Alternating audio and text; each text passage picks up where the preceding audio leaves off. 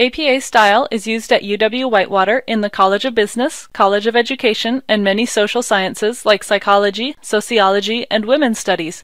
But why should you care about using APA style, with all of its annoying rules about italics, capitalization, punctuation? Well, first, as a student, you've probably most often heard that you have to cite so that you don't plagiarize. That is important. Plagiarism can have serious consequences even years after you graduate from school, as these headlines show. And even beyond that, it's just fair to give credit to someone else when you borrow their ideas. Wouldn't you want someone giving you credit if they used your ideas? But APA is useful for many more purposes beyond that. For one, the references list gives you credibility as a student and a researcher in your field. It shows that you did some investigation into this topic and have other people's expert ideas backing you up. This isn't just you spouting off your own ideas. It is also very helpful to you and others in conducting future research. Your readers can check the original sources of information if they want to verify your conclusions, or you can start with the same sources to do further research. Another way APA helps readers is that they can more easily identify the type of study, scan quickly through the article, and identify key points and findings. Even readers from different disciplines can understand and compare studies. You can think of consistent writing and citation style as facilitating a scholarly conversation between researchers and encouraging growth of knowledge in a field. APA style makes it easier on readers and researchers by preventing inconsistencies on things like word form and spelling. Word variations can make it harder to locate articles about the same topic. If every author uses a different word form, the researcher needs to perform multiple searches to find all the related articles. Don't worry, you don't have to memorize all these rules about writing and citation, but you should know where to look them up. So where do we go to look up correct APA style? The official source for APA style is the Publication Manual of the American Psychological Association, and it's used in multiple disciplines here at UW-Whitewater.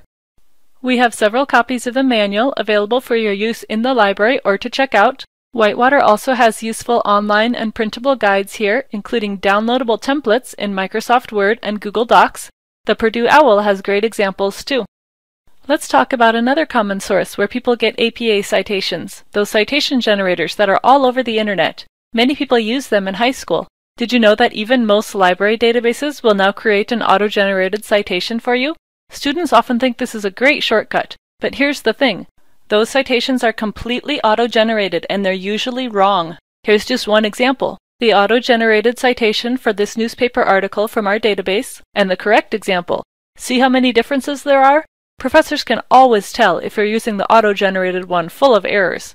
So here's what I recommend. You can copy and paste from the auto-generated one if it saves you some typing, but you need to know how to make the corrections manually. Watch the rest of this YouTube playlist to learn the correct styles.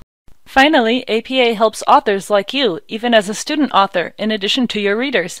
Authors can focus on the substance of their research. They don't have to puzzle over citation, proper punctuation, or the format of words or the overall paper. For example, without rules of style, different authors writing in the same journal might disagree about which of these phrases should be hyphenated. APA style gives directions for each of these and tells us these ones are correct. When should you as a student author use APA style? APA is meant to apply to a wide variety of research reports. As a student author, you can use APA for your research papers, literature reviews, case studies, lesson plans, as well as almost any other writing assignment.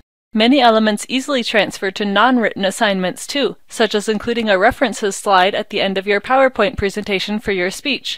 Also, be aware that professors at UW-Whitewater may require something different, like a table of contents, that they request for very good pedagogical reasons, but that is not specifically required by APA. If your professor has any specific directions like that, follow them instead and ask your professor if you have more questions. Don't hesitate to contact the library with any questions about citation. We're happy to help.